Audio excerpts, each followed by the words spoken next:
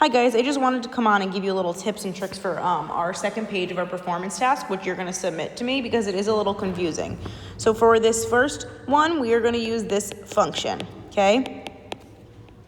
X minus 2.5x. It's important that you know that x is 36 because that's what that tells us here, okay? Your g of x is going to equal whatever you get from here. Whatever you get is then going to be plugged into this function, okay? And then whatever you get here will be your final answer,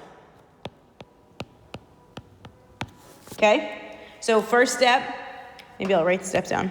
First step, plug 36 into g of x.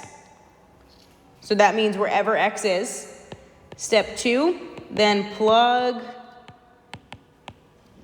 g of x into f of x, okay? Now for this one, step 1 is f of x equals x minus 5, where once again, x equals 36. So you're going to plug that into here. So step 1, plug 36 into, this time, f of x. Okay? Then what you're going to do is f of x equals question mark. You're going to plug that in. Okay? That's going to be your answer to that, I mean. And then 2, you're going to come to g of x equals f of x minus 0.25 f of x. So 2, plug f of x into g of x. Okay?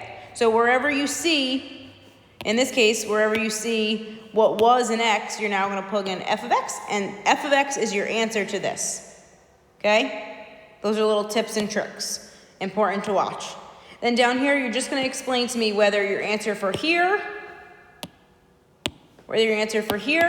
or for here is better, is cheaper. Okay? Just one full sentence. Okay? That's all.